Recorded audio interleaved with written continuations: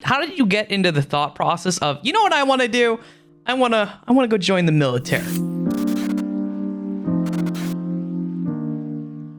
Welcome, ladies and gentlemen, to the Minds of Media. My name is Blake Panashevitz, and today's guest is a United States veteran, podcaster, and professional broadcaster who has worked at 6 Dota internationals. Please let me introduce Austin Walsh, maybe better known as Cap. Welcome to the show. Thank you. Happy to be here. Yeah, this should be fun. I'm excited to get you on here and delve more into your life, some stuff that you haven't talked about. My goal whenever I do these is try to ask you questions you haven't been asked so we can get something, different. So that's like my entire point of doing this. So I'm excited to have you on here. You're also my first Dota guy. So thank you for breaking that. I've had CSGO, League of Legends, Overwatch. You're the first Dota. So it's kind of exciting to finally do that. So can I start by asking you a question? You seem to be pretty well acquainted with how much Dota do you watch? Not a lot. Okay. Not a lot. I do a lot of research, or I try to, so that way when I have people on here, I don't look stupid.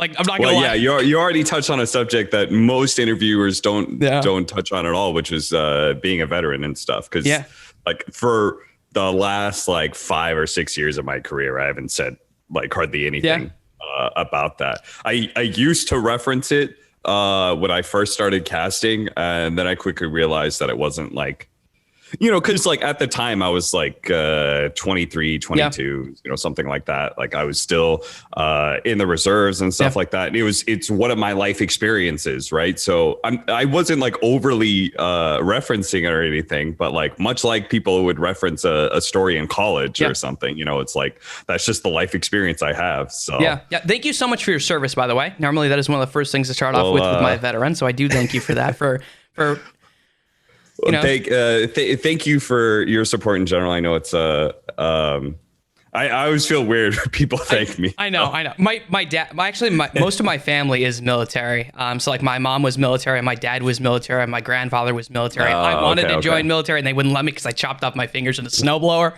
And they were they were like, oh no, you stuck your hand in a snowblower. Why would we ever let you in? Right? No, it's because of missing digits. There's a cross off point where if you lose so much of my middle digit, it was cut too far. If it would have been a little bit higher, they would have let me. And they were like, no, we don't need anyone right now. You've lost too much finger. So I completely understand that. I like to start the show fairly easy with the questions before I get into the hard hitting ones. So one of the things about you is that you are at least somewhat of a tea connoisseur. You like black tea. Do you have how deep do we go into the delving into teas? Because you've definitely traveled the world, so I imagine that you've had a lot of good teas if you wanted them. I wouldn't say that I'm an expert by any means. I know how to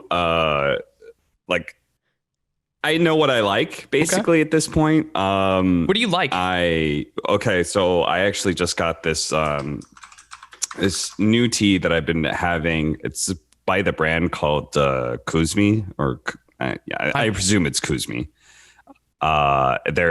They're French, right? Okay. And their flavor of is it Prince Vladimir, I think is the name of the flavor. Yeah, it's all their teas are named after some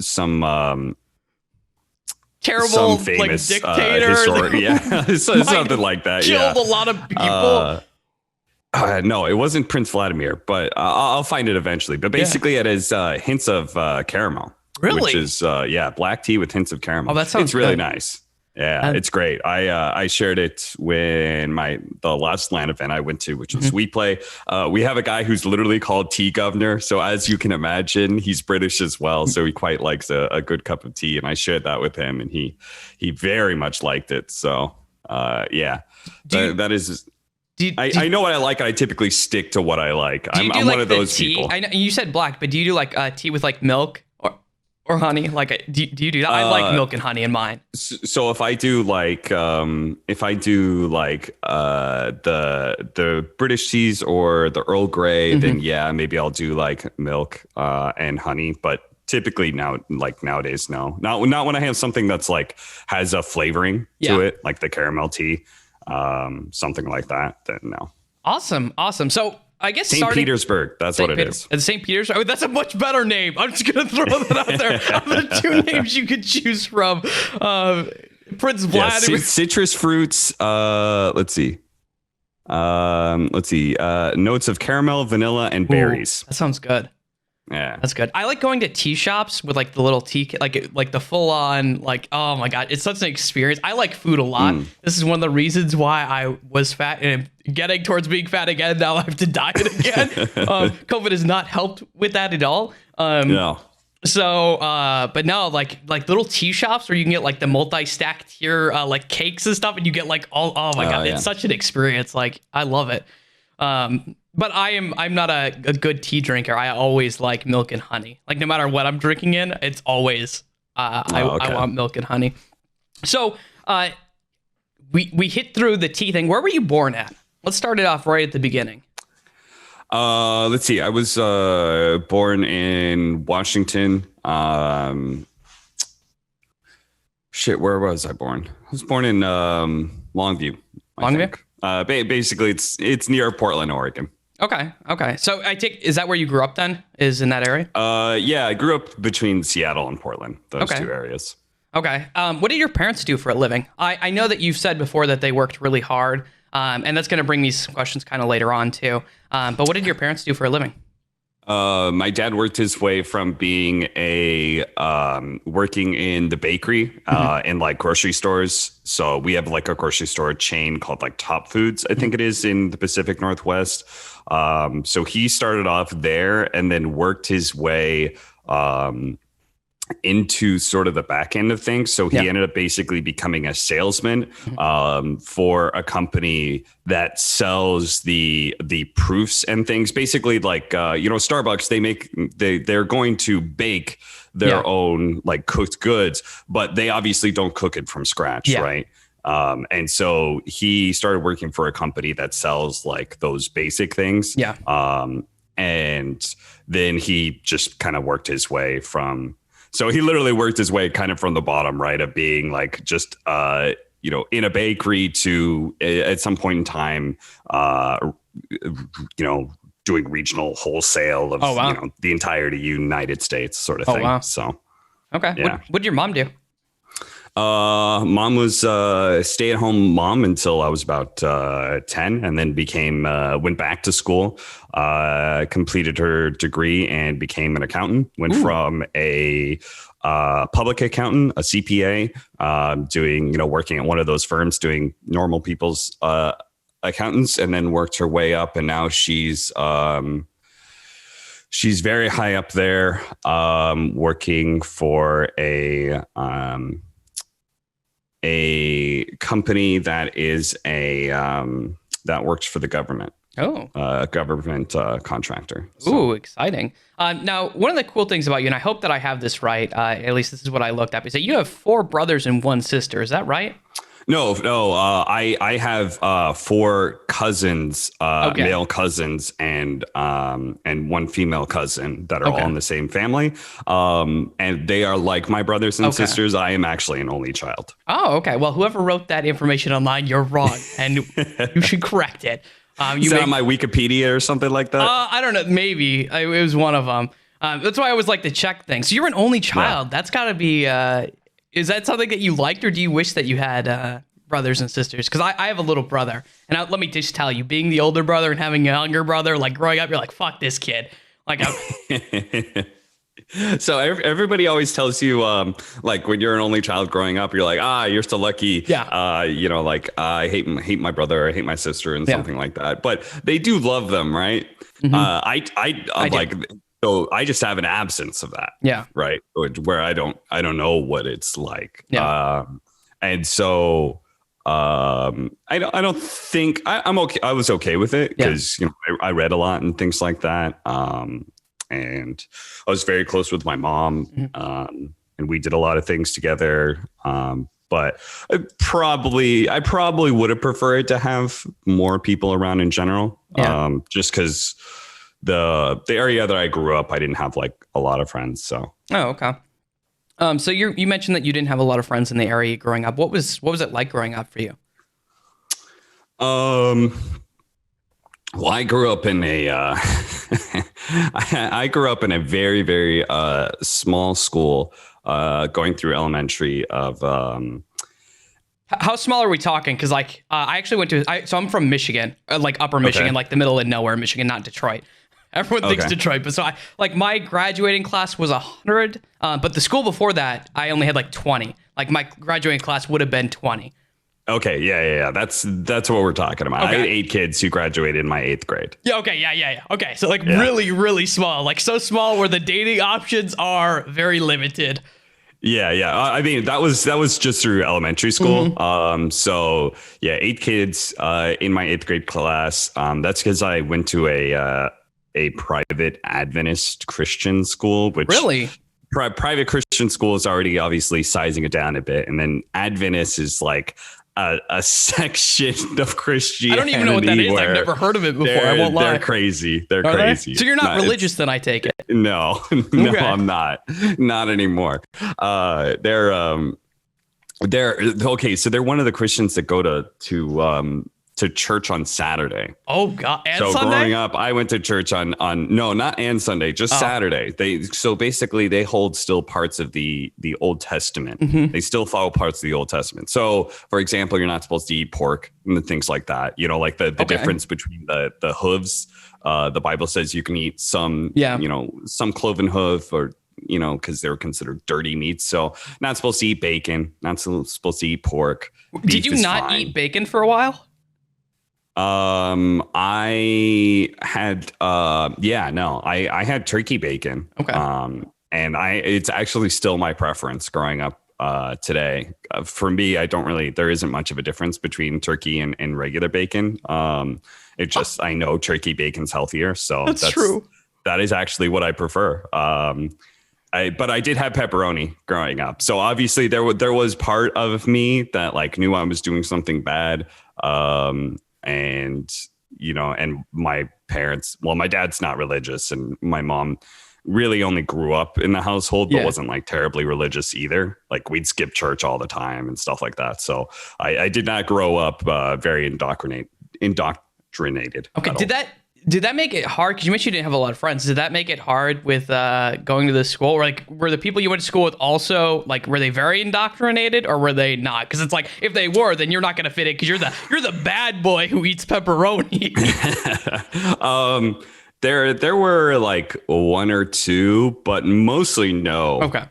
Mostly not. I don't know. Maybe it's like a Pacific Northwest thing. Yeah. Maybe it was just the area that I was growing up in. But like, no, most of the kids that I knew were not terribly. Most of them actually went on to go to the Adventist high school. So maybe that like continued, as they got older. But I did not. So I ended up going to a normal Christian high school, and then for 1 year, and then I went to a public high school. Okay. So I went from 8 kids in a class to 100, 200 kids in a class to 400, 500 kids in class in the space of 2 years. So it was a rapid growing up experience. Was it your choice to go to the public school, or was it circumstance? A bit of both. Okay. Parents divorced, and I ended up choosing to go to the high school that my cousin, who's just 9 months older than me, he was going to that public high school, so I went to the same. Okay. I had a choice. I could have chosen an Adventist Christian high school, but I didn't really want to go back to that. Yeah, I don't blame you. So how old were you when your parents got divorced? Freshman year, so 13, something like that. Okay. My parents divorced when I was very, very young, but it wasn't like amicable. It was like awful. Like I still remember. And then like when I got to be a sophomore, I had to go through another custody battle because I wanted to switch houses, which was basically like a divorce all over again. You thought you could have 2 divorces with the same family, but it was pretty awful. But I think that it actually happens a lot to a lot of people. And I think their experiences are different. And how people handle it are completely different. What was it like for you? For me, it was kind of okay because I I have really great parents, and despite it not being the most amicable thing in the world, obviously, no divorce is, they were both very determined to be there for me. And also, my dad sort of understood that, that I just growing up, like he had to work and my mom was a stay-at-home mom. So naturally I was more attached to her. Yeah. And he understood that. So throughout my life, he's just traveled in order to visit me and stuff. So. Oh, wow. Yeah. Okay. Yeah. So he's a great dad. My mom's fantastic. And so they worked pretty hard to make things as normal as possible. Yeah. Obviously no divorces, like uprooting your life and moving and all those sorts of things. Was it hard for you? Normal, but I don't think it was too hard for me. Mm-hmm. I don't know what it is about me, but I've just kind of always been sort of somebody who can kind of go with the flow. Yeah, I guess I can just kind of. My dad calls me a chameleon sometimes. Then I could just adapt to whatever the situation is and kind of be okay. Yeah, I mean that's good. So, what kind of stuff did you like to do growing up? Like I imagine like video games are obviously part of your life. Yeah. I mean, I feel like that's a very obvious one. But besides video games, what else was important? To you? Reading, a lot of reading. What kind of reading did you like to do? So I am a fantasy through and through sort of reader. So I read a lot of fantasy novels. I don't read sci-fi a ton, but I did when I was younger. Have you ever read Dragonlance? I don't think so. Okay.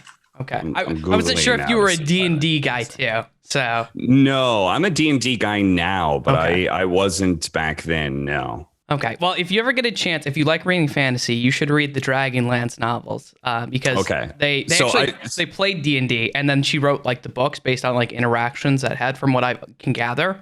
Okay. So, but I'm a huge. I was into the R.A. Salvatore series, the Drizzt. Yeah, Drizzt. That would be the second one I would recommend reading. I started reading. I don't think they're as good. I'm not gonna lie. Like I've read them. I've been reading them recently, and compared to the Dragonlance, I will send you the list because I sent it the other day. Because whenever I get to talk about Dungeons and Dragons, I will, because I just love Dungeons and Dragons. So I've been playing it since I was 6. So that's why. It's a very long time. I'm happy that it's cool now and everyone's playing it, and it makes it a lot less awkward because it was not cool when we were kids at all. So especially around like religious I didn't really groups. know anybody who played it anything like that. Greg also probably would have considered satanic. Like that's what the Adventist Christian school would be like. They'd be like too far behind, where they'd still be in the 80s, thinking that it's satanic cult ritual stuff. They didn't like rock music. I remember we watched a video on the devil's horns, and like how that was the devil's sign and stuff like that. Really wild stuff. Yeah, that's some crazy indoctrination. My stepmom actually, because she was actually fairly religious too, when she first like married my dad, when she first heard about Dungeons, we didn't tell her till after they got married, so she couldn't just. But she thought it was the devil until he slowly like let her learn about the game that it has nothing to do with that. But she also thought D&D was about the devil. That's funny, man. Yeah. So some of those things, they just kind of like somebody says it and it gets spread through, especially religion, and then people just like stick to that, and you have to convince them otherwise. Yeah. So I don't know if you'd ever heard the stories, but I know that early on in D&D, I guess some kids might have done like acid or something, and they had a bad trip. And I think one of them took down a sword and like killed a bunch of people. I think that's where a lot of it came from. Like some bad PR happened. So you were into reading fantasy. You were into playing video games, obviously. Did you do anything else? Were you a sports guy? Because I mean, obviously you went on later to do the military, but. My dad was a sports guy, so yeah, I was kind of put through sports. I didn't love it, so I did I did most of the traditional sports. I never did football. I think my mom sort of my dad wasn't like into football that much. That wasn't what he played as a kid. He played basketball mostly. Okay. So I went through basketball, baseball, soccer. all those sorts of things. And I did not like it. It just kind of forced me to do it because, it's also social activity, right? So that was something that I definitely needed. So they kind of forced me to just go through that. But then when I got into high school, I continued to do sports, but it was the sports of my choosing. So I ended up doing golf and tennis, which I found that I really, really enjoyed tennis. So yeah, I just, I think I just played the wrong sports. That wasn't really my kind of game. So okay. One of the things you've mentioned in interviews before is that you used to be really introverted. So what was that like, being introverted? Was it like you weren't really talking to people? Was it you just prefer to be by yourself? What was that like? Yeah, I mean, I think like growing up, only child, 8 kids in my class, it's not like we were hanging out after school at all. So it was just like, it was a lot of me just kind of like being around myself a lot. And I think it's actually quite good. It just because the way I guess I developed it, like I still developed enough social cues and those sort of things that I was able to do all right in high school and that sort of thing. But now I'm just very comfortable being in my own head. And like whatever I'm working event or something like that, it's I work the event.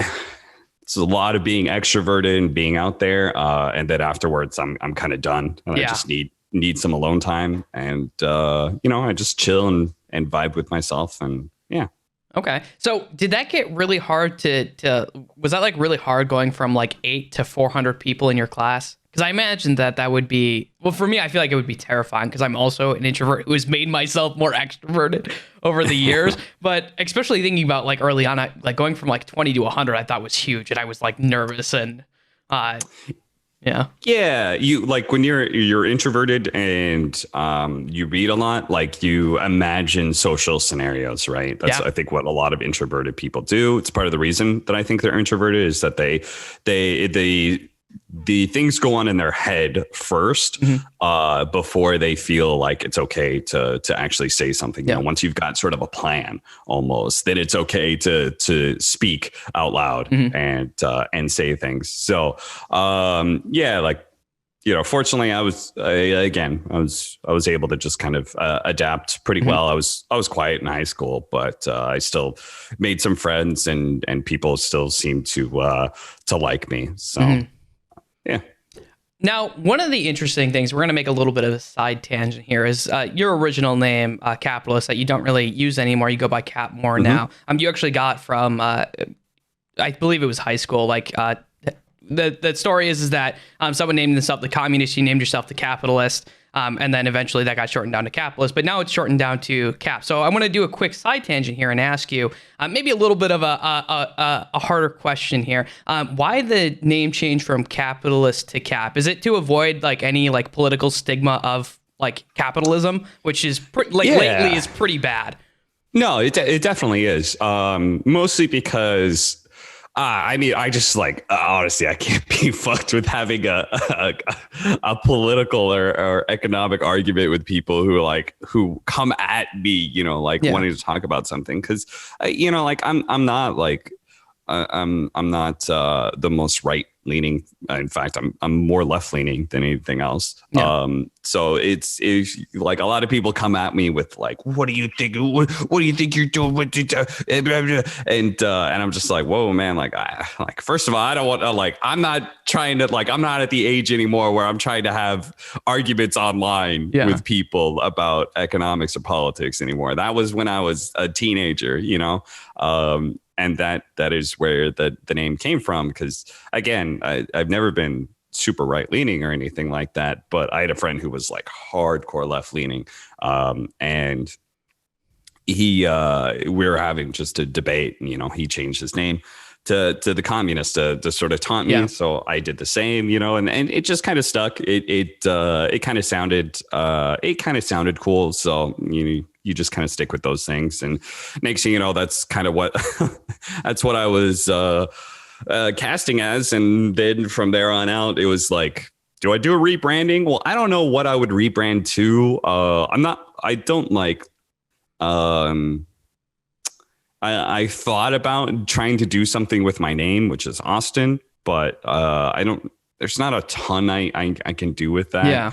You know, like I thought about ostentatious, and I was just like, I kind of like that. It's cool, but I just didn't like. I didn't like it enough to pull the trigger on it. Yeah. You know, that sort of thing. That's fair. Name changing is very difficult. I've done it a couple times now because my last name is Panashevitz. So ideally, I would like something like Blake, but I don't know. Like my last name is just ridiculous. So it's like I could never use this because no one will ever be able to find it.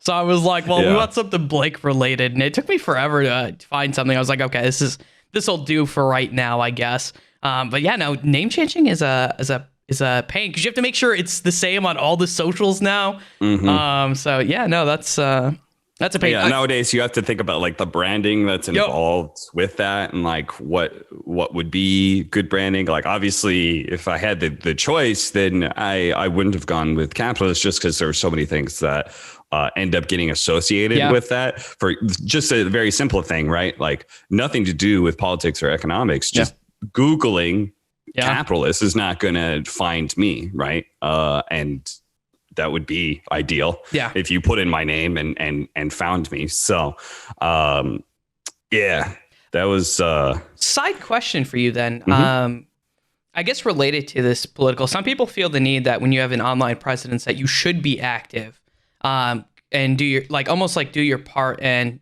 to get an audience to some belief system. What do you think about that thought?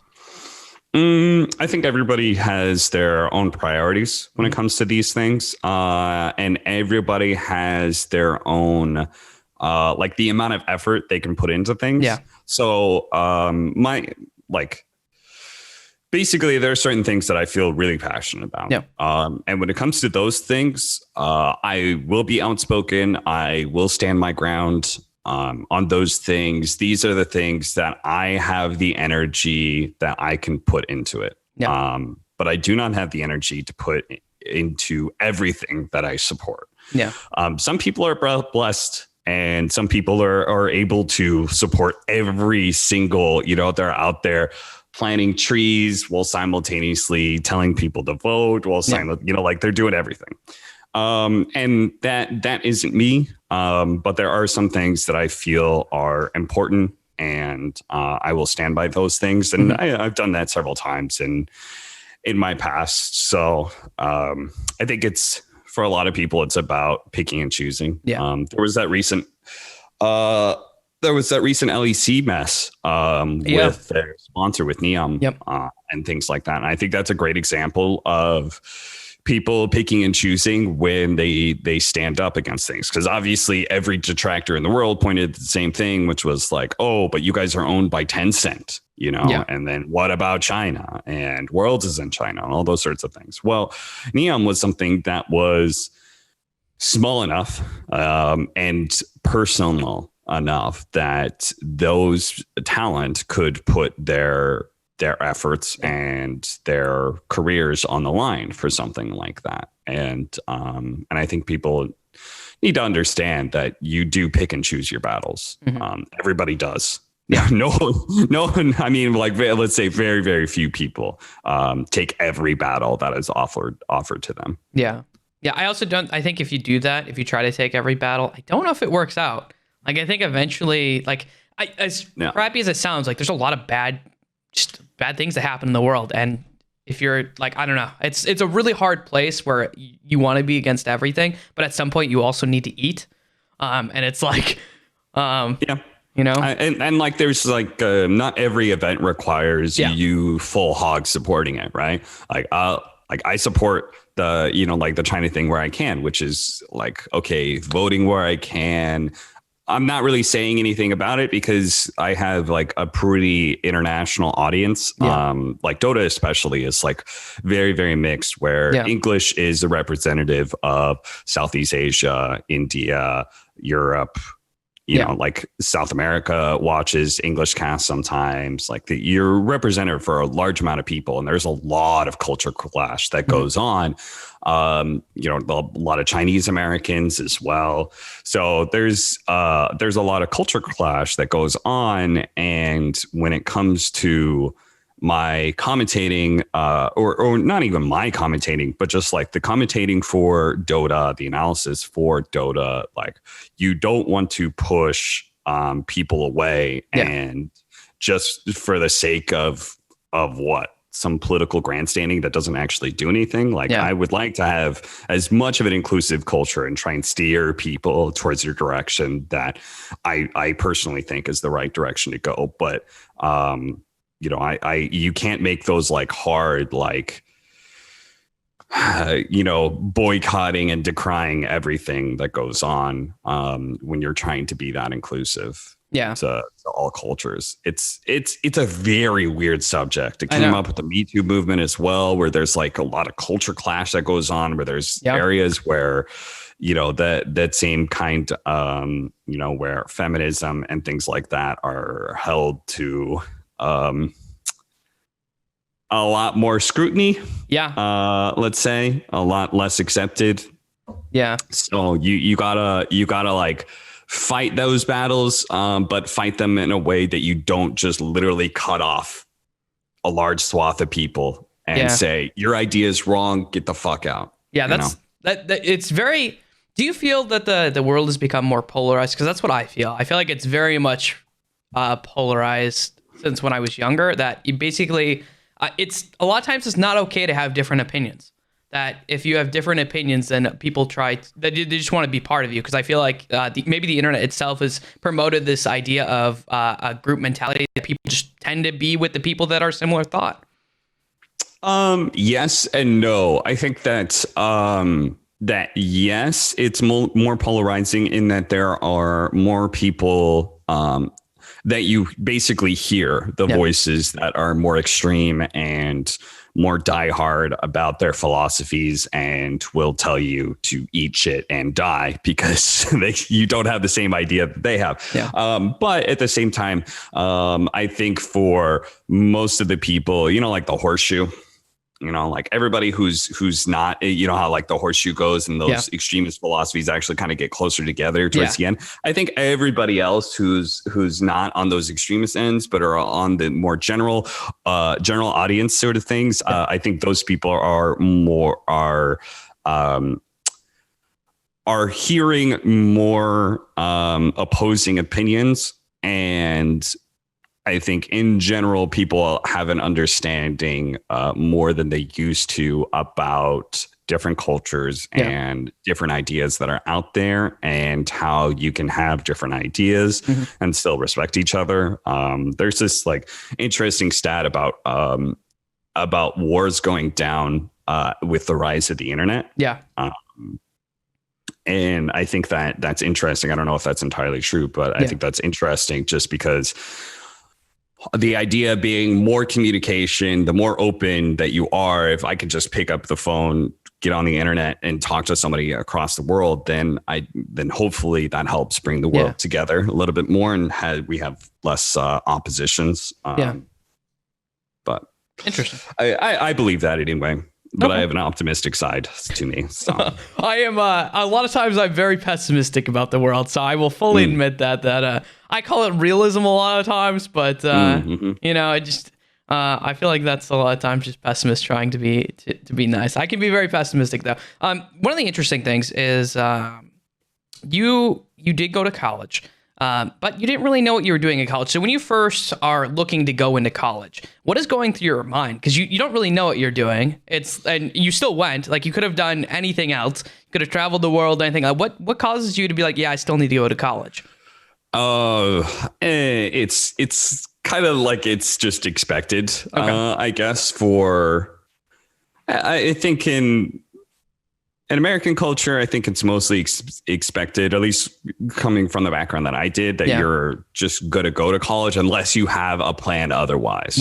Right. Unless you have something specifically like, oh, I don't want to go to college. I want to go to a trade school or I want to travel Europe I mean, like I wouldn't have had the money to do that. But like, you know, like unless you have some sort of game plan, then why aren't you going to college sort of deal? And so like, especially with my mom, you know, as I said, she went back to college, and completed her degree. So it was important for me to be able to get like, that step ahead. that she had to later go back and do. So also, to be perfectly honest, like I'm a pretty smart guy. I'm not like the smartest kid in the class every single time, but like I'm decently smart. I got pretty good grades. Like, why wouldn't I go to college? You know, colleges would accept me. So, and my family would support me where they can, and I can take on loans. And there are statistics that say like, here's how much more money you make if you have a college degree. Like, so why wouldn't you? And so why wouldn't I? So I chose to go to a community college to keep my debt low. Smart. Because I understood that I didn't know what I wanted. Yep. And so I kind of hoped that I would figure it out. But as a plan B, I kind of said, well, I'm only going to community college, so I'm not actually going to put myself in debt. And that it probably is what prevented me from doing any further, because community college is very, very independent, right? If you were to go to university, like all of a sudden you're in a dorm, you're surrounded by people and friendships and like all those sorts of things that kind of bind you to this daily activity. Community college is way more independent.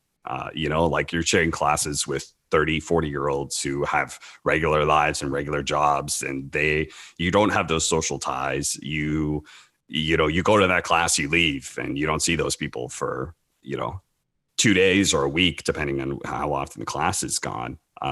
So I didn't really have a whole lot of ties to that, and I wasn't enjoying what I was studying. It just kind of felt like revamp of high school, and I was already getting some serious senioritis towards the end of high school anyway. So at some point in time, I was like, I need a challenge of some kind. I need something to give me some sort of direction. Mostly I wanted a challenge. I wanted to challenge myself. And I felt like, because like the first 2 years of college, they're like, they're not your specialty classes. You're not orienting yourself towards a specific degree.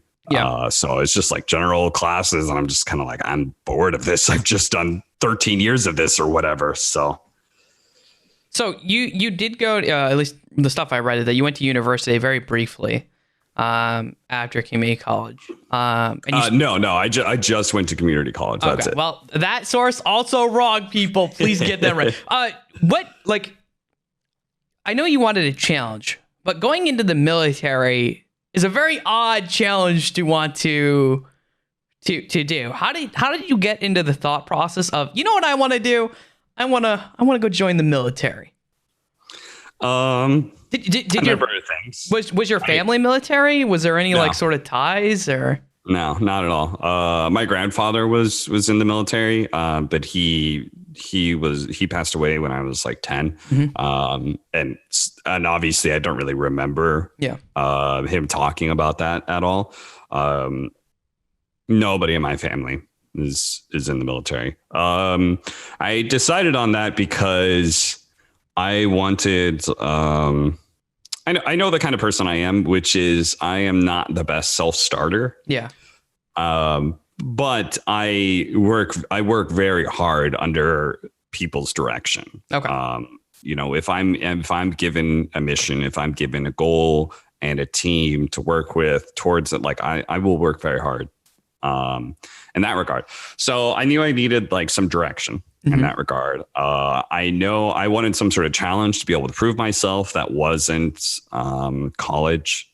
And so I started looking in the military, and I pretty much decided between Air Force or Marine Corps. And I ended up choosing Marine Corps because, again, the challenge aspects, right? That is like the Marine Corps is supposed to be the hardcore of the force. So that's where I went to. And honestly, I decided and signed up pretty quickly. There's a lot of side benefits. Like, okay, when I go back to college, like, I'll be able to keep myself out of debt. Yeah.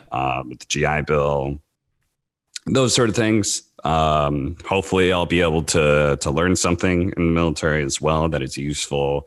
In general, like, hopefully I'll just find a direction, find out what I want to do with my life. Did you have a conversation with your family before you signed up, or was it? Yeah, my mom lost her shit. Really?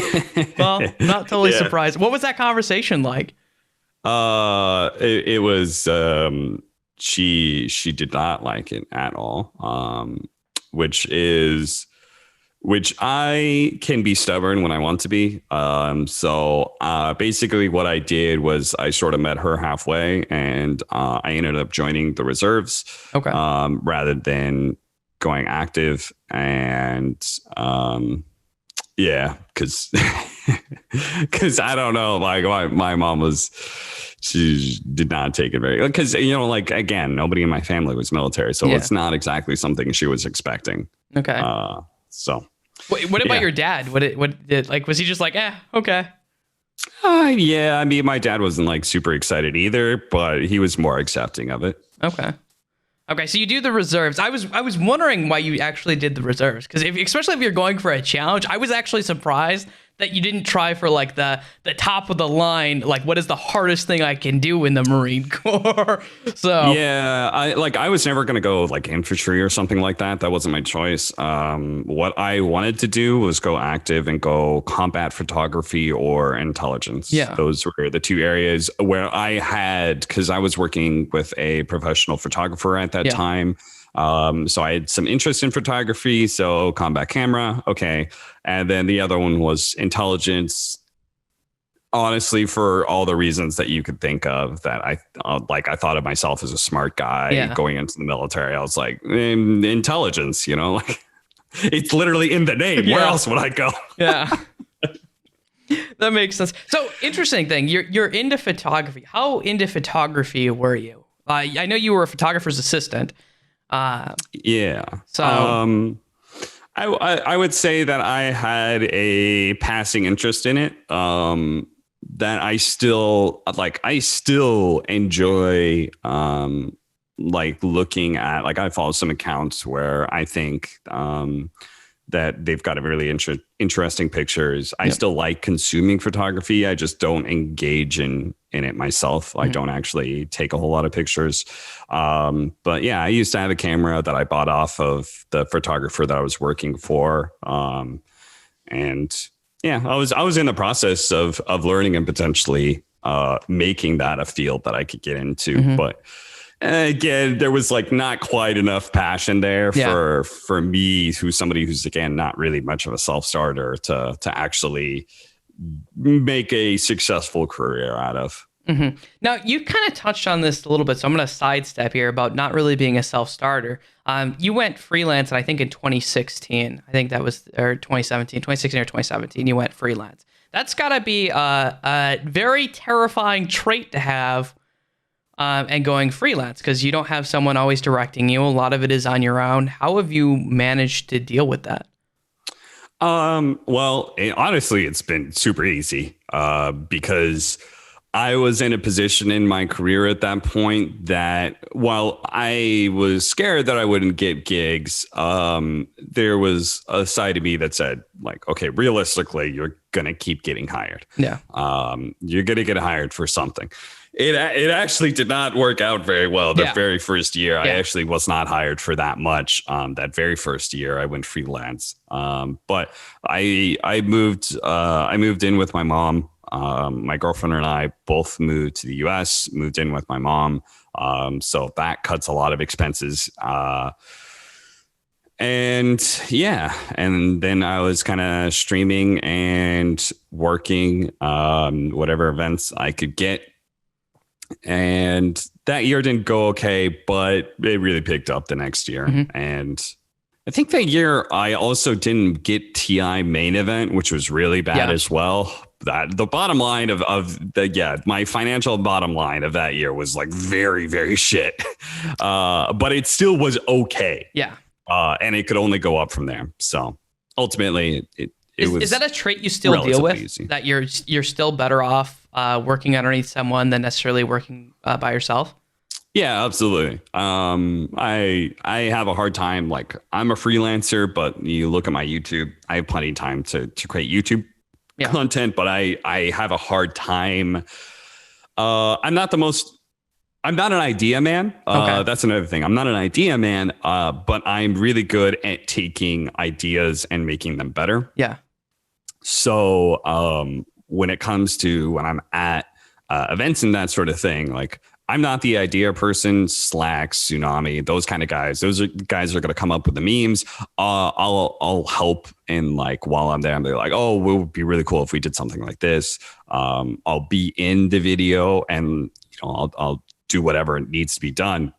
But I'm not the one who comes up with that idea. So being independent talent, if you want to create some sort of content outside of that, like you really have to like want it, and you really have to have, I think, good ideas for it. And you have to be enough of an entertainer and brand that people want to consume it. And I feel like I'm not quite there in like all of those metrics. So, but fortunately, I'm hired for a lot of events. Yeah. So yeah. That brings me to another question. Do you think that this trait holds you back? Do you think it holds you from being because obviously you mentioned that you're like the brands aren't quite there yet to do all this other stuff. But I mean, it seems like if you were to get that stuff there, that would put you on another level. Like, I mean, you're already a very highly sought after, obviously, commentator. I'm not dissing any of your talent there, but there is another level that you could reach. Yeah, no doubt. This is something that I thought about like 2-3 years ago or something, which was that like in a more traditional sports format, I would work a lot better as a commentator. But in this world of esports, that is a lot more open, a lot more self-driven, a lot more contract work. You will have great opportunities to create something amazing for yourself. But sadly, I'm just not that kind of person. So, I think it would take me on another level if I could find that thing where I both find the passion and the satisfaction and the feedback. That would be like, unfortunately, everything that I've made like doesn't really get it's like a self-fulfilling prophecy, right? It's like you think to yourself like, no one's going to watch this. You don't create anything that anybody's going to watch. When you finally do, nobody does watch it because you haven't put in any work into your brand in that regard. And lo and behold, you're right. Nobody watches it. And then you think to yourself like, shit, well, I'm not going to do more of that. Yeah. It's terrible. I've struggled with that. Yeah, no, I can relate. This is not a very popular show, but I will say that people do notice it. I was actually surprised. Like, there's occasionally people who I reach out to, and they're like, "Oh yeah, we've seen your stuff," and I'm like, "How do you even know who I am? Like, no one's seen this. How are you one of like the people?" And so it's always very nice. But I think for me, like the reason I do this show is because the only reason I can do this show is because I put out content that I think no one else does, and it brings me fulfillment. Like, that's honestly it. Like, I feel like, but that's super important, I feel like. But I think that yours is an industry quandary with esports in itself, and one of the most common questions people in esports get asked is, how do I make it in esports? The problem is that your trait is the exact trait that I think stops most people from ever getting into esports. Like, completely. Yeah. I think that I think I'm pretty unique in what I offer as a commentator. But my attitude and stuff is exactly as you said, what usually keeps people back from being able to succeed. So like, I just got very lucky in a lot of regards. Like, sure. Like, I think I worked really hard to be a good play-by-play commentator. I have something special, which is that I can provide expert insight from the play-by-play side. I think that's pretty rare across most esports, right? But especially in Dota. And so, like, I already had a unique product. If I was a different kind of person, I could have taken that and blown it up. But I fortunately got picked up. I joined Dota, which helped start my career in a lot of ways.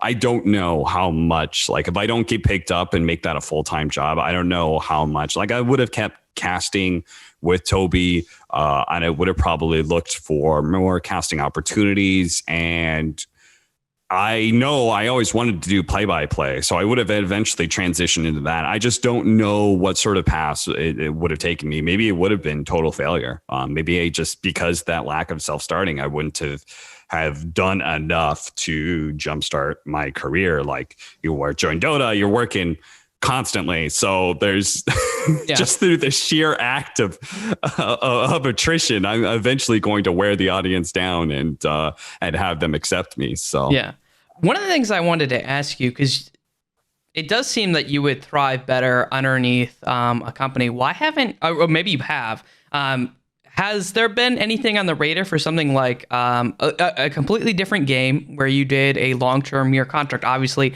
Overwatch announced that, but that wouldn't be my first guess for a game that you'd want to. But I could see like League of Legends, to be honest, if you ever found a long-term contract there. Why isn't something like that happen? Because that feels like a perfect fit where it's something long-term you can just dedicate towards the one company. Why hasn't that happened?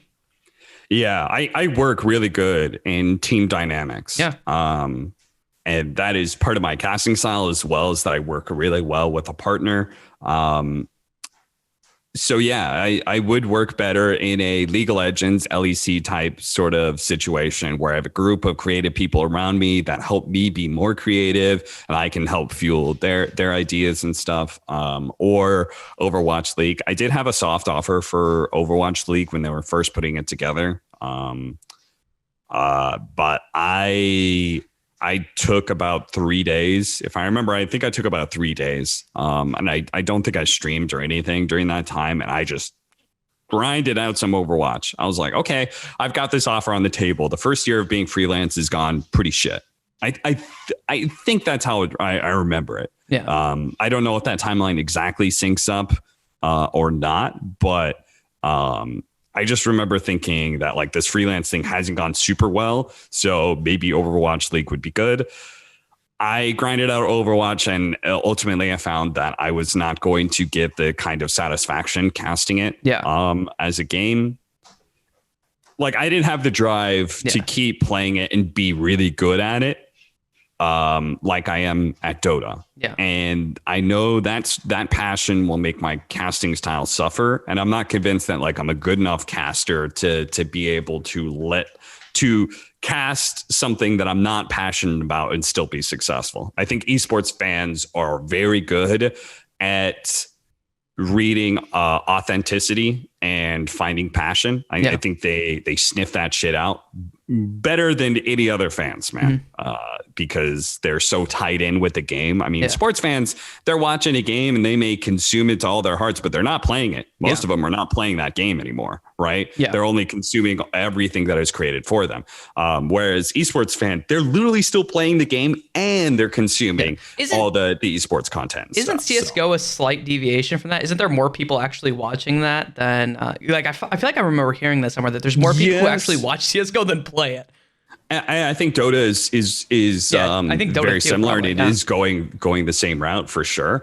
But the opinion that gets crafted by the general community is still fueled by people who play the game regularly, right? Like even if this one guy doesn't play the game regularly, he's reading the opinions of other people who are playing the game or stuff like that. So, and even if they did, like, they were playing tons and tons and tons of it, like for the last 5 years. And, you know, now they don't play it, but they watch it for the last 9 months or something like that. So, you know, these sort of people, they just sniff out authenticity. And if I was like Owen, if I was like Odie Pixel, then I have no doubt that he would be able to pull off any esport that he wants to, because he's such a he's like technically very, very good. He's like top of the game when it comes to play-by-play casters. I'm not convinced that I would be able to pull that off, because I think part of what I do well, a lot of it is rooted in the passion that I have. So that's got to be, well, okay, what about League of Legends then? Because it's a MOBA as well. I mean, obviously they're very different games, but that honestly, that would have been my first get. If you could get a Riot gig, and you're in LA, which is where they do stuff anyways. Why hasn't Riot happened? You know what's funny is I've actually played a small amount of League of Legends when it was first out for this like first 3-4 years, because that was what my family played, and I do even now still watch a fair amount of League of Legends. Mostly for the product and the commentators. I think once upon a time, like the LCS casters were my favorite to listen to. I think they had they had a lot of good talent there. Nowadays, it's the LEC that's putting on like an incredibly good show. They do so good. It's so good. And their other content, their like evergreen content, so good too. Yeah. So good. And so like I watched that more of just like kind of like studying people and figuring out like how to be better as a commentator. But yeah, so I watch a decent amount, but no, I have no passion for that game. That's got to be scary then. If you have to be passionate about a game in order to get into it, that would be a terrifying, like, so like for me, for interviewing, I think I could interview for every game, because the thing that I'm passionate about is getting to know people. And so like it doesn't, like, that's why I've interviewed so many different games, is I just find people fascinating and getting their story across, which I think is very helpful, because it also kind of hurts because a lot of people like just one game. But like, that's my passion, is like getting to know people. But if I was stuck to just one game, that would be terrifying, especially as the lifetime of games go. It's probably inevitable that eventually a game probably won't be around anymore, or it'll change. Yeah. No, I think Dota is I think so what I've kind of settled on is that how many years do I have left in Dota? How many years can Dota keep sustaining me? At some point in time, I've got to find a new esport to move towards. Yeah. And I looked at Overwatch League. No. Looked at at Valorant. No.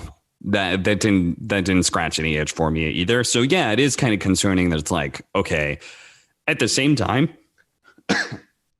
Dota will never die until something comes around that kills it. Or like, you know, we're talking like 10 years from now, maybe it eventually dies. Yeah. But I really don't think anything, something has to actually kill it. Yeah. You know, something has to actually take it out. So when I look at it, I look at it very similar to the StarCraft scene. Basically, like, I look at the StarCraft 2 scene and look at their talent and go, okay, are they still able to do this full time? Looks like it. They still get some decent viewers for tournaments and stuff. Yeah, it's obviously on the decline and has been for years. But if they're still able to do it, then 5 years from now, I'm still able to do it. Because that's how I kind of judge it. Because Dota's fan base is still massive when it comes to viewership. It may not be the biggest esports game, but it is definitely one of the top 4, top 3, right? And so in that regard, I also think the longevity of the game, I think, again, like, Dota fans stay Dota fans. They don't go to other games, or at least when they do, they don't go for very long, because there's something special about the complexity of the game that, especially once you bought into it, once you spent the thousands of hours into it,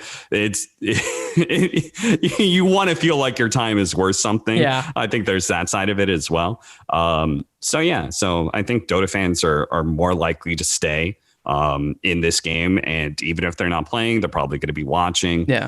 So I think I still have a good amount of time. Yeah, it's concerning. Where am I going to go next after Dota? Playing it by ear, because that's what it kind of feels like. It's like, oh, I'm going to do this until I can't do it. And you'll look at new games, but unless something really hits, you're probably never going to switch. Yeah, I mean, I'm going to keep doing Dota until it's dead, buried in the ground and rotting for 6 months. I'm going to keep doing it for a really, really long time, no matter what.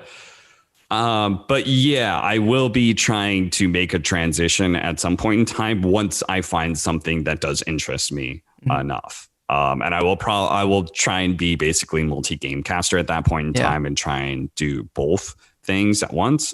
Failing that, I'll either go down the route of hosting, or I'll work in the back end. Like I'm fortunate. Like I have made enough friends in this industry that I know that I will have a job available to me once I quit casting, because I've proven myself as just like a hardworking, competent individual. I like to think that most Yos view me as very drama-free, easy to work with, hardworking. Like every tournament organizer does play-by-play and then puts me on the desk and works me like 2 or 3 times as much as Owen. You know, like at some point in time, that's got to prove something to people. So. Yeah. One of the things I wanted to briefly touch on, seeing as we're already talking about casting stuff, is I'm assuming you saw like Henry G's thing about like leaving CS and like being burnt out. How bad is the burnout for you? Is that something that you've really had to struggle with or deal with? Like, and I've seen you comment too about like if you could fix anything about like TOs, it'd be like industry-wide pay increase and making sure flights aren't doing where they connect flights together to get a cheaper discount. Like I've seen you talk about that on your Ask FM. So like, what do you think? What's that been like for you? Okay, so I think that like the burnout is nowhere close to what CS:GO experiences, mostly because CS:GO is a game that has been more popular than Dota the last few years and will continue to be more popular because it's a fantastic game. CS:GO is one of my favorite esports to watch. Good game. They also their tournament because Valve is even more hands off with CS:GO that they are truly the most wild west when it comes to esports or a tournament organization, right? There is just tournaments going on nonstop.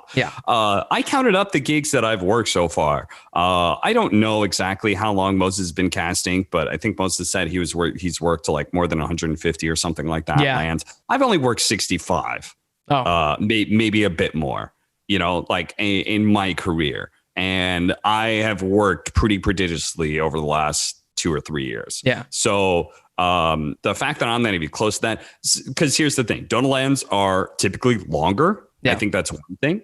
Dota lands, and then we also have Valve, who is involved in the scene. So we have the majors when they were going on, right? That like the majors at some point in time, there was 3 majors in a year. So there was hardly any other LAN events. But those majors did go on for like 2 weeks.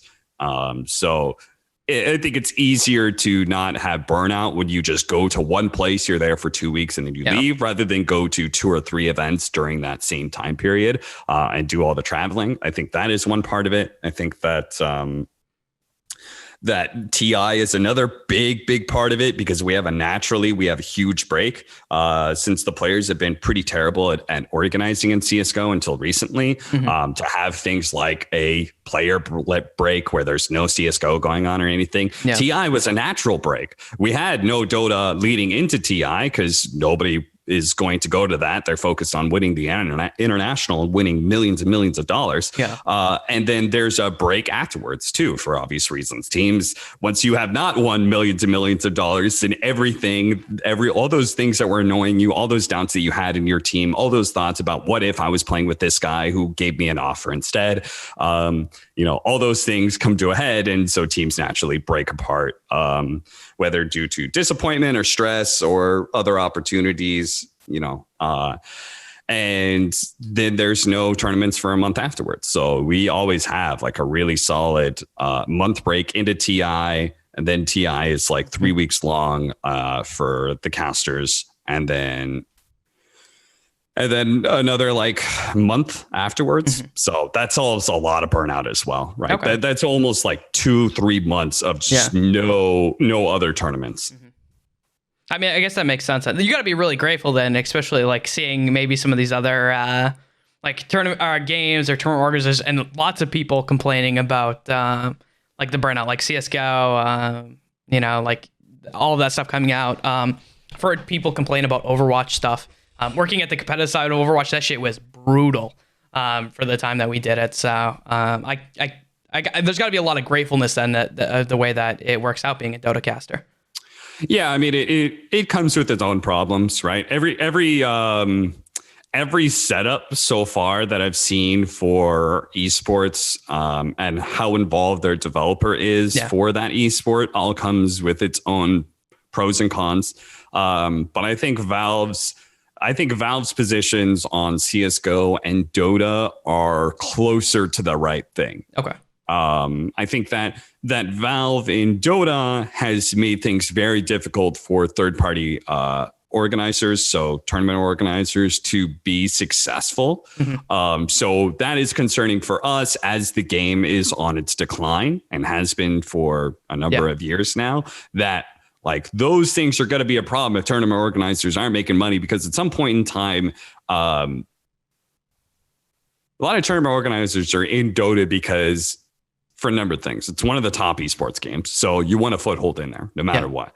Another thing is Valve has proven that they are not going to take over their esports scene. They haven't shown any indication of being interested in that in the slightest, and they don't even have the infrastructure to do something like that. So if you create something in Dota, if you create something in CS:GO, it feels like it can last a very long time. Yeah. Whereas in other esports, you just never know if Riot's going to pull their thing off like they did with League of Legends. Yeah. Hey, third parties. Or Blizzard with Overwatch. Oh, hey, by the way, this is mine now. Yep. And you don't get to be a part of it. Right. Tournament organizers, like Dota was basically looked at in many ways. It's like, okay, we do Dota because it's open, it's there, and we don't know what's going to be successful. So put some lands, put a few, landmarks there in the Dota 2 country, and make sure we just always have a presence there. Mm-hmm. But that cannot continue to be the reason why they're in Dota. They need to be actually monetarily successful. And Valve has hindered that a bit through, I think a lot of it is accidental.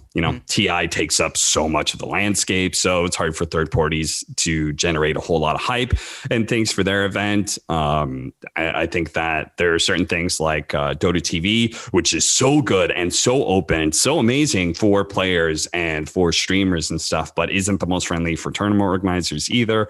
There are some problems there, and I think but I still think I would prefer Valve's approach over anybody else's, because I'm not convinced that esports infrastructure that is led by the developers themselves is the greatest idea. I think that is not natural growth at some point in time. And we've seen it with like things like Overwatch League, which got pumped up so much. And then now it's, I mean, they still made some money back by being able to sell it to YouTube. But at some point in time, you're going to run out of people buying Overwatch League for millions and millions of dollars. And because the viewership just isn't there. Yeah. I think that's a completely fair statement. So jumping back a little bit, one of the things that you've mentioned is that you discharged early. You asked for an early discharge from the military to go cast Dota because you were made an offer. One of the things that you've said is that you really missed the military. Why is that?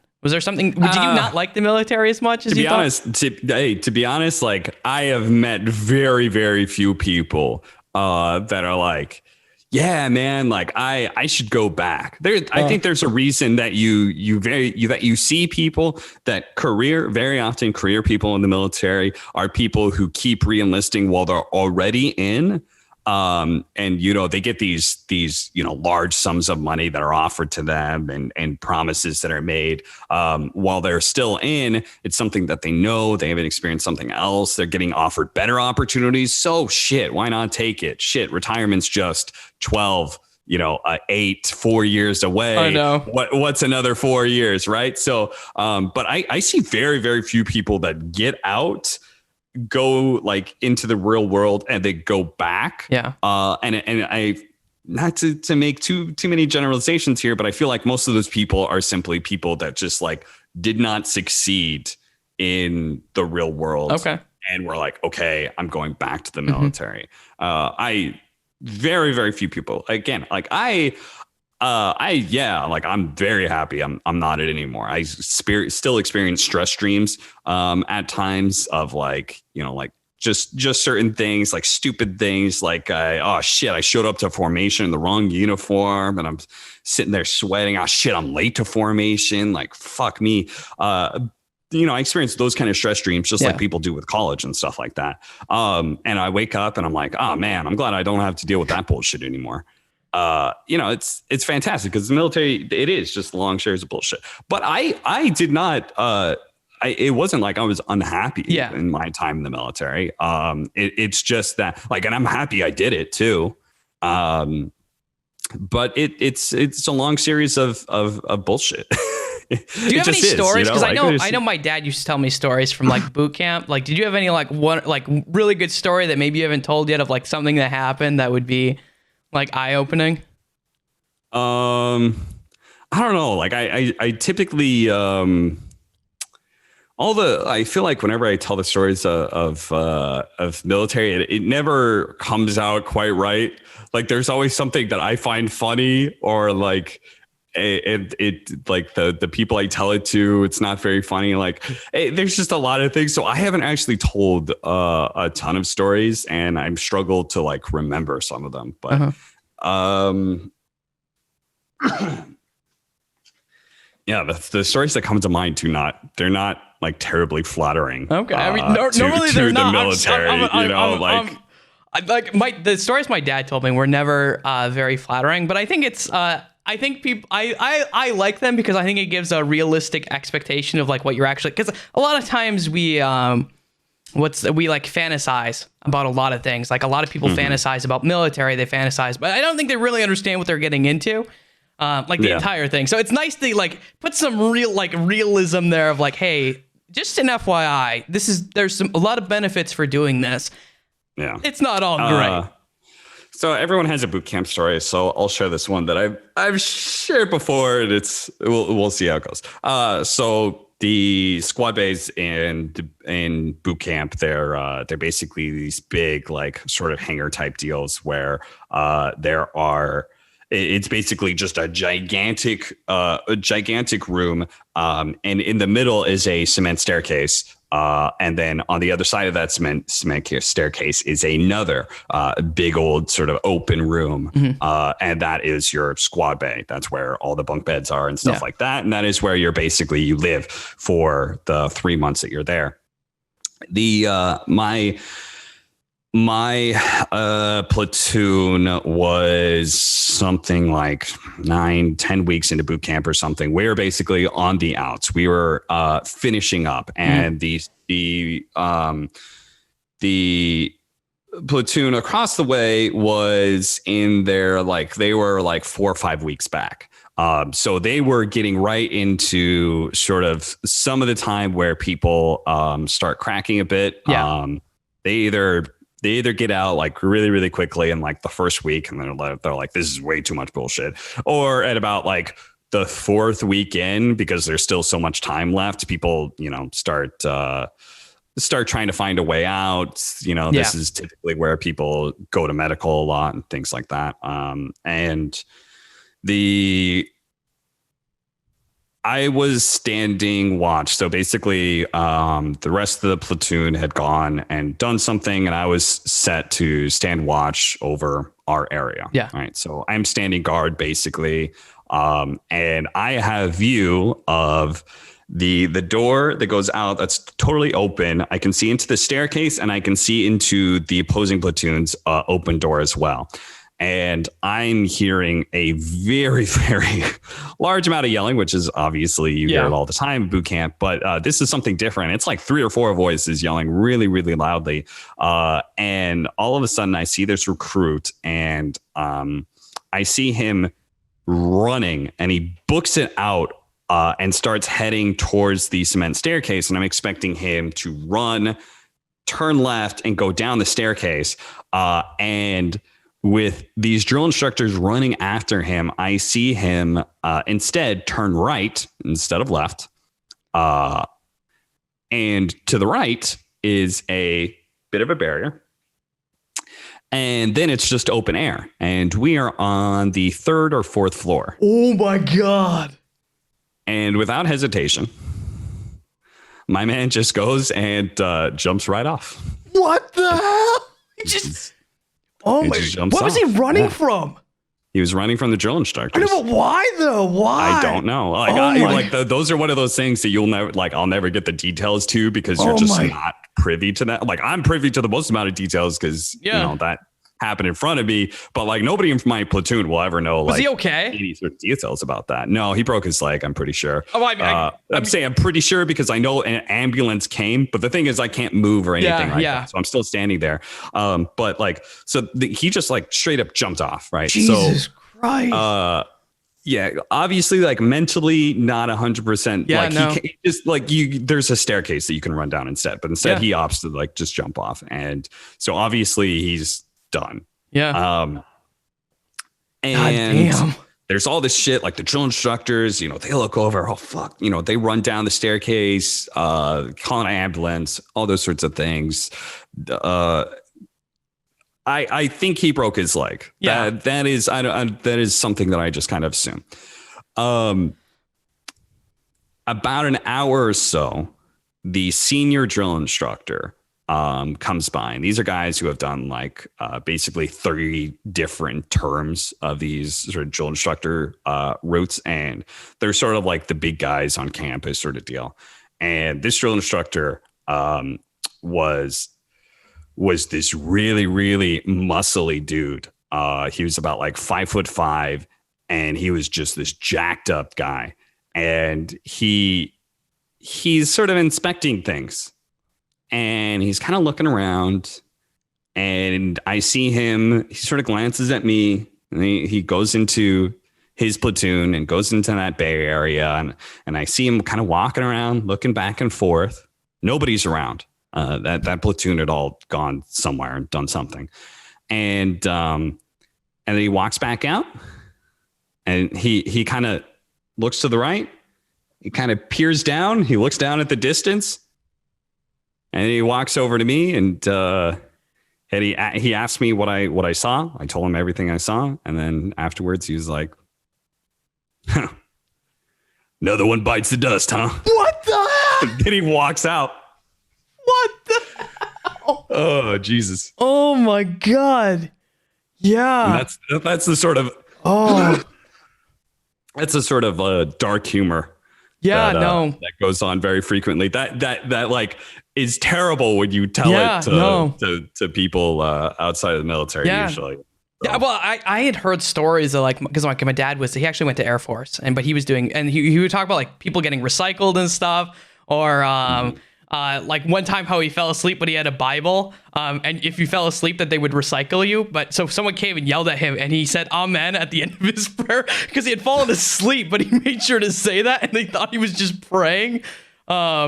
But yeah, no, I remember hearing stories about, and I know everyone has one. Everyone who's been through boot camp has a story. So it's always one of the most interesting things, mostly because I tried to get in there and then they wouldn't let me. So it's like, I live vicariously through all the other levels. I'm like, oh, thank God I didn't do that because it sounds fucking terrible.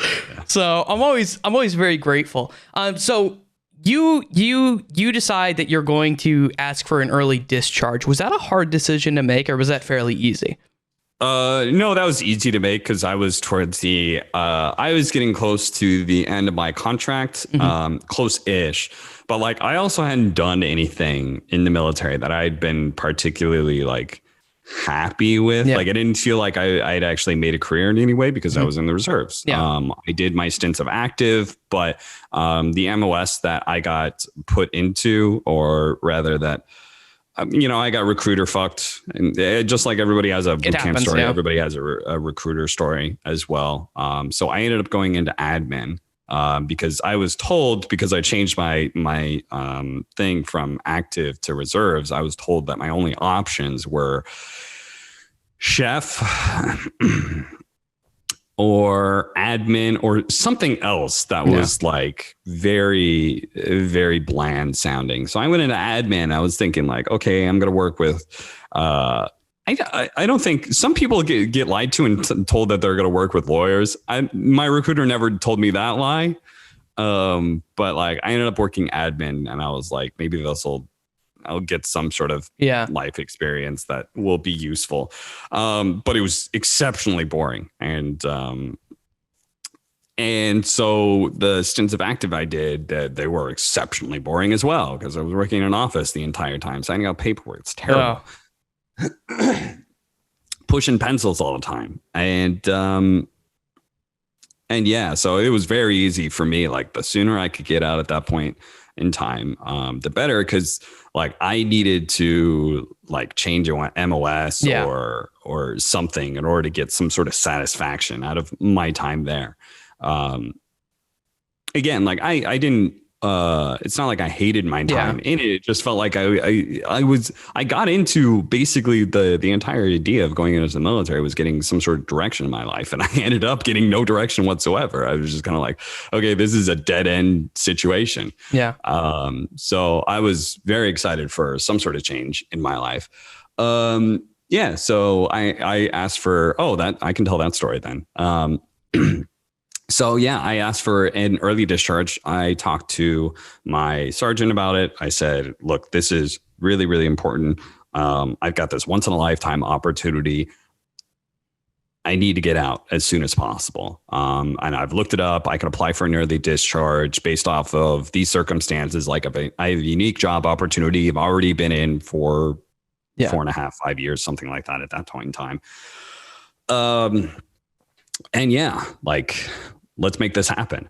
And so it was a lot of paperwork. But it took a really long time. In fact, it was about from the start of the first time I got the job offer to when I finally get out was about 9-10 months. Yeah. That gives you an idea of like the sort of like how long it takes in order to get through all of these sort of deals. And at some point in time, at about month 7 or something like that, I actually told in confidence to my sergeant, I was like, look, I'm getting word back from Join Dota, the job offer that I had, that they cannot wait a whole lot longer. And I was like, I need a timeline and I need it ASAP. And if this is, this is the one of the things that like, this is one of those times where I was like, I was set on doing something. I was willing to do whatever it took. Was that I told them, I was like, at some point in time, like, you just will not see me again. I was like, I will go AWOL. I don't give a shit at this point in time. Like, this is a special opportunity. I know it's special. And I was like, I have to be able to take this. And if this is going to keep delaying, and if I miss out on this opportunity, I'm going to regret it for the rest of my life. So I will just leave. I don't care. I'll get dishonorably discharged. It's all good. Because I need to be able to take this opportunity. And fortunately, I don't know if that sped things up a little bit, because I was a perfectly fine Marine. There was nothing like, it would just be one of those situations where people would not feel good about dishonorably discharging me. But they would have to. So I don't know if that like sped things up. But like then like 2-3 weeks later, I was told that it would just be like another month and a half. Nice. And they gave me, like, my sergeant was great. She gave me very, very detailed of like, here's exactly where it is in the chain. Here's how it has to go all the way back up, and then it has to go all the way back down.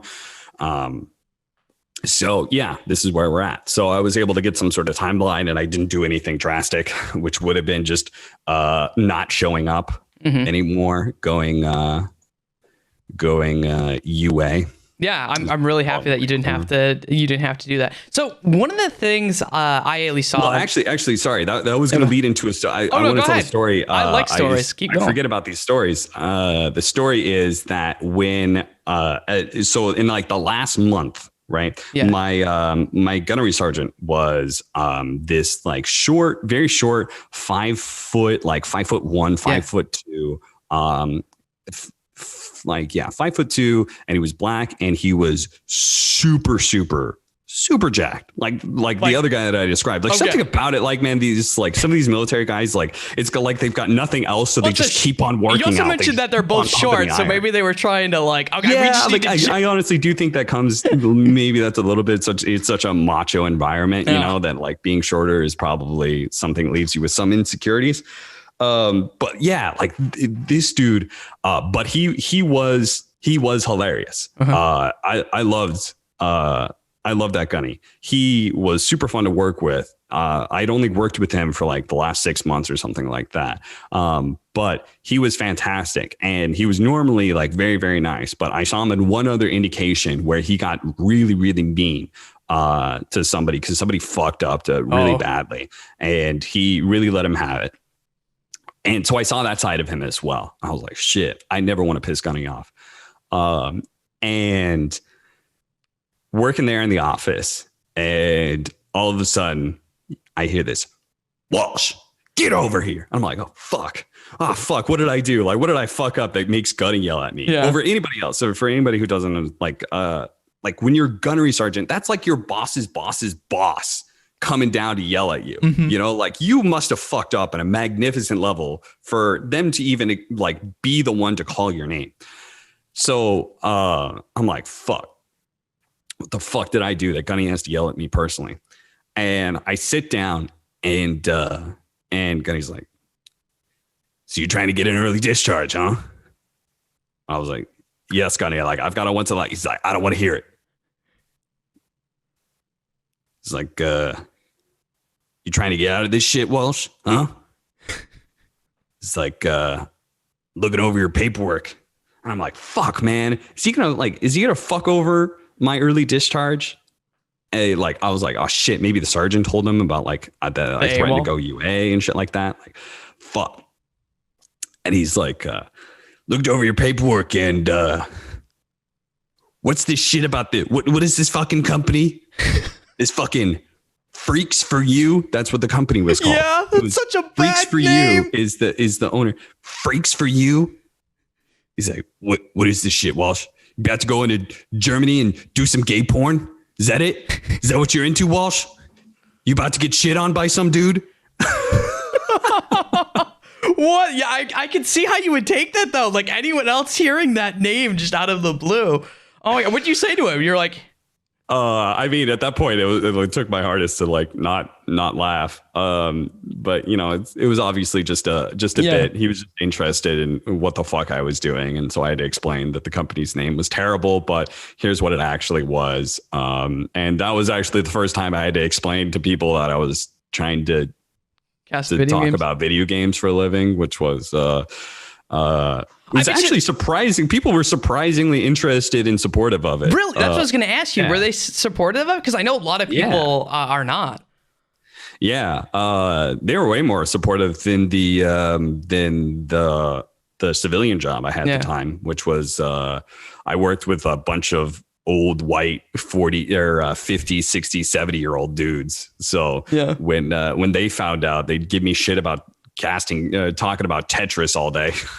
Yeah, because they didn't understand Pac-Man. Anything else. You gotta play competitive Pac-Man or something like that. Yeah, exactly. So but yeah, the military was they were very supportive of it. That's so good. They thought it was ultimately the military is full of super nerdy dudes. Yeah. There's a lot of nerds in the military. Yeah. So that word kind of got around to a few people, and there was a lot of people who came up to me and asked me about it. So. That's cool. One of the things I noticed about you, because you do mention nerdiness, one of the things I noticed on your at least Twitter profile is that you're interested in voice acting or have done voice acting. Yeah. Tell me that is not a good yeah. Tell me a little bit about that. It's okay. So again, I'm not much of a self-starter. Yeah. But if there's something I'm passionate about, I will do some of it. Yeah. I discovered voice acting, which I'd always been passionate about. I just never fully realized it. Mm-hmm. And so because I'd done I grew up with Warcraft 3, and so playing Dota with the Warcraft 3 voices, I grew up around those voices so much. So many of them are so iconic that I fell in love with the voice acting aspect of things. And I was doing, impressions, and I could pull off a lot of the Warcraft 3 impressions. And I never realized that I could transfer that into voice acting. Yeah. And I've never been the best actor, or rather, I shouldn't say I've never been the best actor. I've just never been involved in acting. I never took theater when I was in high school, anything like that. So it was a very, very foreign concept to me. But I have started to try and go down that route. It's something that I am pursuing more so as a hobby than as an actual, I would like to obviously turn it into a job, but right now I treat it more as a hobby. And I'm just kind of searching for those small successes, those small wins.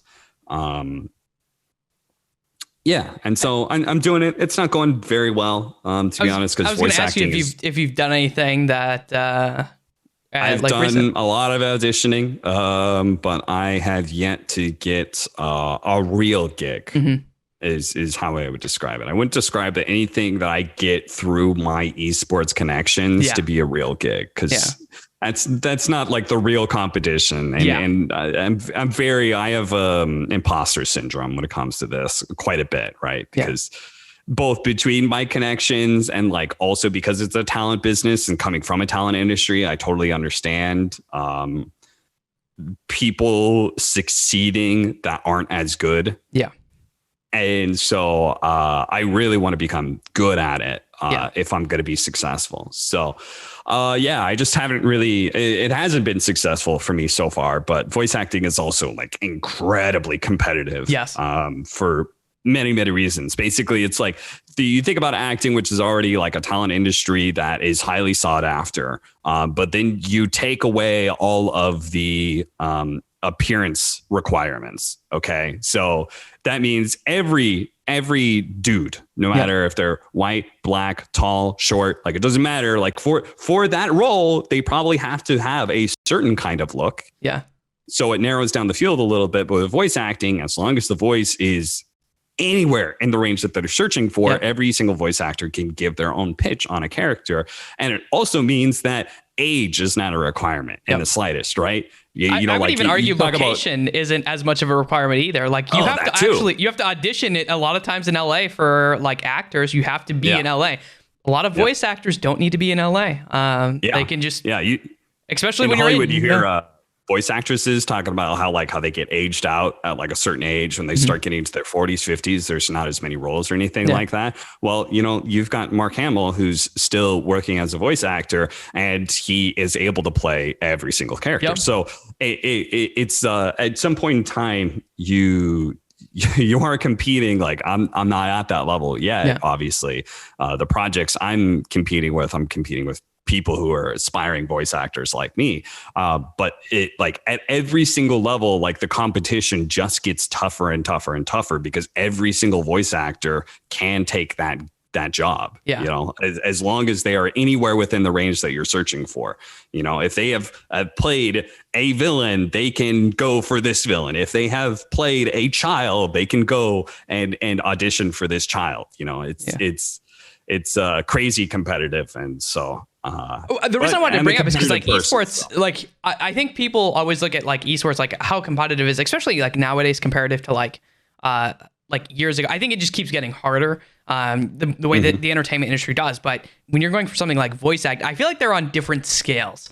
Like anyone who thinks esports is difficult, which it is, relatively speaking, to maybe other things, but comparative to like, I think voice acting or like Hollywood entertainment, they're just on completely different levels. And for me, that's something I've always said is like my end goal of where I want to be to doing the interview isn't esports. Like that's good. That's a good spot, but that's not you are the best interviewer. That is, you might be the best interviewer in esports or host in esports. The real challenge is when you get to entertainment. And if you can make it there, then that is where I feel like you can't get much higher than that once you get there. So. Yeah. I think that, I'm a very competitive person by nature. So it does drive me the fact that I know there's so many good people. At the same time, me having already having a very successful career is it also in some ways holds me back because I'm not a self-starter. So in that regards, it's like I don't need to go all in on this whole voice acting thing because I've got other things that I need to do. So it's right now, I'm just trying to treat it more as a hobby to keep myself from getting too discouraged. That makes sense. Well, I've had you here for a long time. I don't even know. It's almost been 2 hours. We've done good. I've enjoyed our talks with you. Hopefully you enjoyed being on the show. If you didn't, too bad. You're already here. I do have one question for you. It's arguably the hardest question, though. It's actually the only question that I ask, I think, every single guest. Is having had the experience being on the show, if you could see anyone to be on the show, who would you like to see? Okay, so I already had that person in mind. Ooh. Because I think it is perfect because you said you haven't done any other Dota. So Sir Action Slacks has a policy that he does not say no to podcasts. Really? He always says yes. Wait. Dude, are you? I'm gonna double check, but I think I've asked him.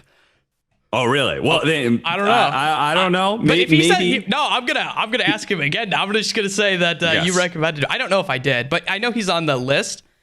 No, I did not. I have not asked him. He's an incredibly interesting person, very entertaining, and he is also one of the most open talent that I know to doing podcasts and stuff. So awesome. Yeah.